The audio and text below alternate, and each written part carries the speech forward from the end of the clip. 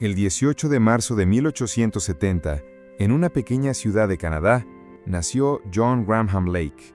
Ningún ángel anunció su llegada, ningún profeta lo reconoció en su cuna. Pero el cielo ya lo conocía, y el infierno también. Creció en un ambiente de pobreza, rodeado de un dolor que parecía no tener fin. De los 16 hijos que tuvieron sus padres, 8 murieron siendo aún jóvenes, víctimas de enfermedades que la medicina no podía curar. John creció entre funerales y oraciones que parecían no tener respuesta. Su infancia estuvo marcada por lágrimas silenciosas y noches de fiebre. La enfermedad rondaba su hogar como una sombra constante.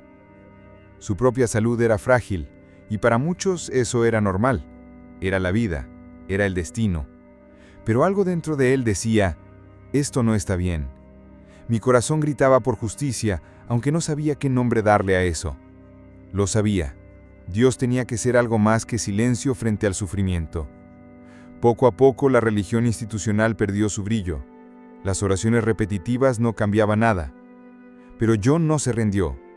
Leía la Biblia con hambre, no como un religioso, sino como un hombre al borde de la desesperación, buscando respuestas, buscando vida. Se casó joven, y luego vino el golpe final. Su esposa Jane enfermó, diagnosticada con una condición terminal. Los médicos dijeron, prepárese para lo peor, y lo peor llegó. Ella estuvo al borde de la muerte, y una vez más John vio el espíritu de la muerte entrar en su casa. Pero ahí, en esa habitación oscura, algo cambió. Un amigo lo presentó a los escritos y el ministerio de John Alexander Dowie, un predicador excéntrico pero lleno de fe en la sanidad divina.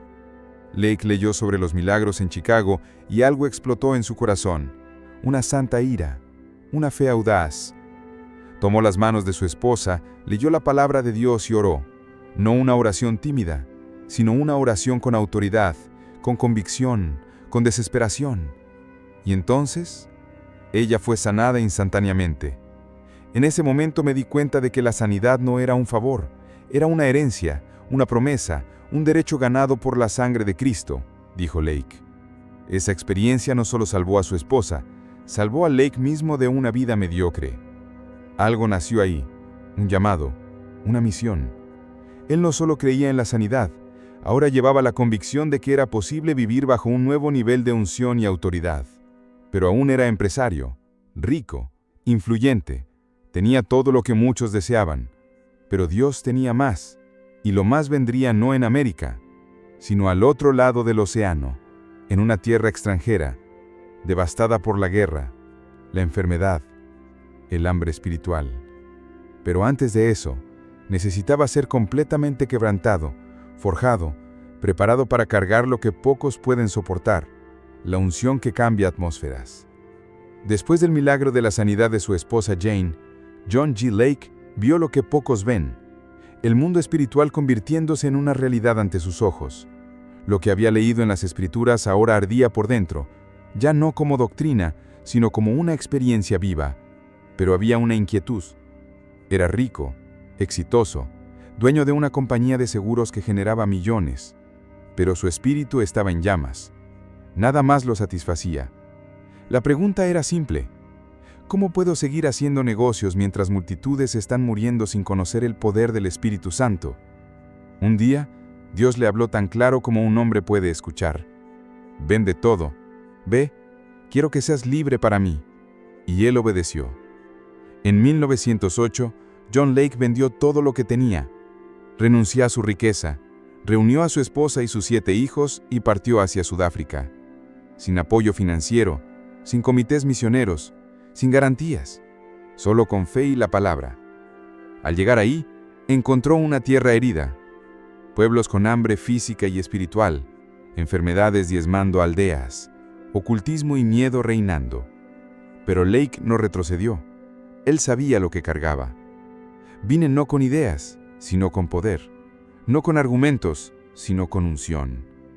En la primera semana, un hombre con cáncer terminal fue traído ante él. El olor a muerte ya envolvía el cuerpo de ese enfermo. Lake impuso las manos y oró con lágrimas y autoridad. A la mañana siguiente, el tumor había desaparecido. Ese fue el comienzo. En pocos meses miles se rindieron a Cristo. Los milagros empezaron a expandirse como un fuego salvaje. Paralíticos caminaban, ciegos veían, familias enteras se entregaban al Evangelio. El pueblo africano decía, «Este hombre anda con Dios».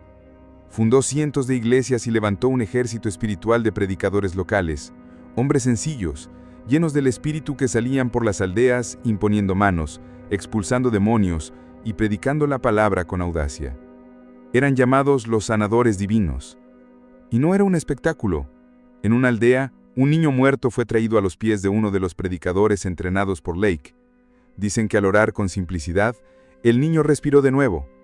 Milagros como estos no eran un show, eran parte de la vida cotidiana. Y ante eso, hasta los médicos guardaron silencio.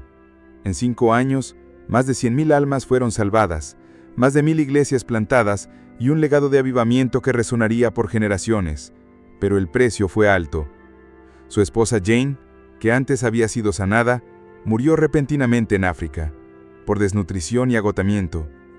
John quedó viudo en una tierra extranjera, con hijos pequeños y un ministerio que no podía detenerse. Y aún así no se rindió. Si el enemigo pensó que eso me haría parar, se equivocó. Fui llamado por Dios, y solo Dios puede decirme cuándo es hora de parar. John G. Lake se hizo conocido como el apóstol para África, pero antes de ser apóstol, fue siervo. Antes de operar milagros, lloró. Antes de abrir iglesias, enterró sueños. Porque los grandes hombres de Dios no son forjados en el escenario, sino en el altar del sacrificio.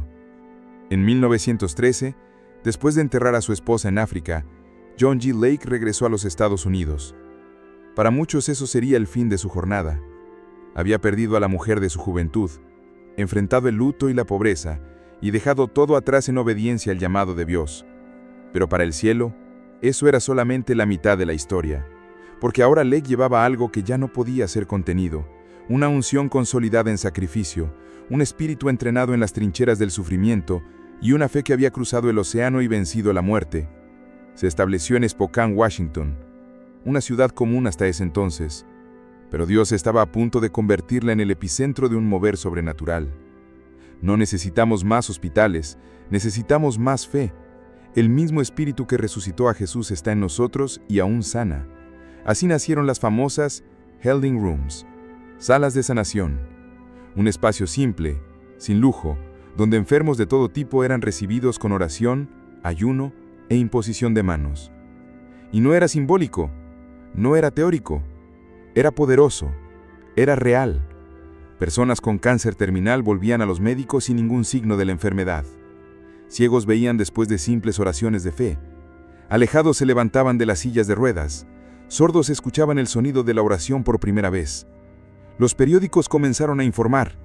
El gobierno de los Estados Unidos envió inspectores de salud, y el Departamento de Salud de los Estados Unidos reconoció a Spokane como la ciudad más saludable de América. Durante el tiempo que funcionaron las Healing Rooms, según los registros históricos, más de 100,000 curas fueron documentadas en solo 5 años.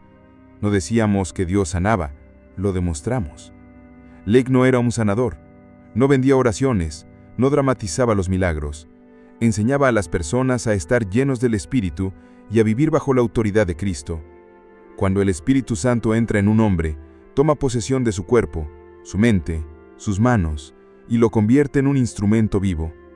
Entrenó a cientos de hombres y mujeres para hacer lo mismo. Laicos, no pastores, personas comunes que aprendieron a caminar en la palabra con audacia y unción. Fue una escuela práctica de fe y poder. Dicen que en algunas reuniones la presencia de Dios era tan intensa que las personas caían al suelo sin que nadie las tocara. Dicen que los propios médicos enviaban pacientes terminales a las Healing Rooms como último recurso. Son historias contadas por los discípulos de Lake y por testigos de la época. Difíciles de probar científicamente, pero no difíciles de creer. Para aquellos que conocen al Dios que aún hace milagros. John G. Lake no solo oraba por sanación, enseñaba sanación. Su ministerio no estaba movido por espectáculos, sino por convicciones profundas y bíblicas. Creía que la sanidad divina no era un don solo para algunos, sino un derecho de la nueva alianza conquistado por Jesús en la cruz. Cristo llevó nuestras dolencias, pagó por nuestras enfermedades, y si Él pagó, nosotros no tenemos que pagar de nuevo. Su teología era simple, pero radical. La voluntad de Dios es sanar siempre. La enfermedad en esencia es un enemigo espiritual, parte de la caída, parte de las tinieblas, y la fe no es un sentimiento, sino una posición espiritual frente a una realidad ya consumada. La verdadera fe no pide, reclama, no trata de convencer a Dios, se posiciona sobre lo que Dios ya ha dicho. John G. Lake también enseñaba sobre la autoridad del creyente, no como un título, sino como una realidad espiritual transferida por Cristo. Veía a cada hombre y mujer lleno del Espíritu como un embajador del cielo, autorizado para confrontar al infierno con audacia. El mismo Espíritu que estaba en Cristo ahora está en ti, así que habla como Él, ora como Él, camina como Él. Pero este tipo de fe no fue bien visto por todos. Pastores tradicionales lo acusaban de arrogancia, médicos lo llamaban charlatán, y incluso algunos cristianos pentecostales lo juzgaban por ser excesivamente radical. Enfrentó investigaciones, críticas en la prensa, rumores sobre fraudes, y aún así continuó orando por los enfermos. Ellos pueden dudar de mi doctrina, pero no pueden dudar del hombre que entró cojo y salió caminando. John G. Lake también se levantó contra los abusos espirituales. Denunciaba a aquellos que comercializaban la fe, prometiendo curas a cambio de dinero o manipulando emocionalmente al pueblo. Dios no viene por poder. El Espíritu Santo no es mercancía. Él se mueve donde hay quebrantamiento, no donde hay codicia, solía decir. No temía el enfrentamiento, y no buscaba fama, sino frutos, transformación, cielos abiertos. Su corazón ardía por ver a Jesús glorificado a través del poder real del Espíritu. Y sí, había poder. No solo en el púlpito, sino en la calle, en el hospital, en la casa humilde. Dicen que una vez un hombre endemoniado irrumpió gritando en medio de una reunión. Lake apenas lo miró y con una sola palabra el espíritu salió. El hombre cayó de rodillas, llorando y confesando sus pecados. Historias como esta corren entre los relatos orales de sus discípulos. No todas están en los periódicos, pero sí en las bocas de quienes vieron y en las marcas dejadas por el poder que él llevaba. Mucho se habla de la autoridad de John G. Lake para expulsar demonios, de las sanaciones que sacudían hospitales, de las reuniones que paraban ciudades. Pero pocos hablan de la vida oculta, silenciosa, profunda, el terreno donde Dios regaba su alma. John G. Lake era, antes que nada, un hombre de oración. No oraciones apresuradas, no oraciones por obligación, sino horas frente a Dios, gimiendo, vaciándose, escuchando la voz que pocos logran oír. La oración es la respiración del Espíritu. Deja de orar y comienzas a morir por dentro. Tenía horarios fijos para la comunión, ayunaba con frecuencia, leía las Escrituras con lágrimas y, más que nada, buscaba vivir con la conciencia constante de la presencia de Dios. En sus escritos decía: mi mayor búsqueda no es por dones, es por pureza. Si el Espíritu Santo tiene libertad total en mí, los dones fluirán como ríos. Él creía que la unción verdadera solo permanece sobre quien vive en santidad. No una santidad farisaica, sino una separación radical del mundo, de la vanidad, de la fama, de la codicia. Enseñaba a sus discípulos: no toquen lo inmundo, no hablen más de lo necesario, no hagan acuerdos con el pecado, ni siquiera en pensamiento. El Espíritu de Dios es santo y no habita en corazones divididos. Testigos afirman que a veces era posible escuchar gemidos y llanto proveniendo de la habitación donde Lake oraba. Él buscaba a Dios como quien busca aire para respirar. El secreto del poder está en la presencia, y la presencia solo viene con una rendición total. No necesitaba un escenario, no buscaba un micrófono. Su mayor avivamiento era interior, y cuando salía a ministrar, no era John G. Lake quien entraba en el ambiente, era alguien lleno de la gloria de Dios.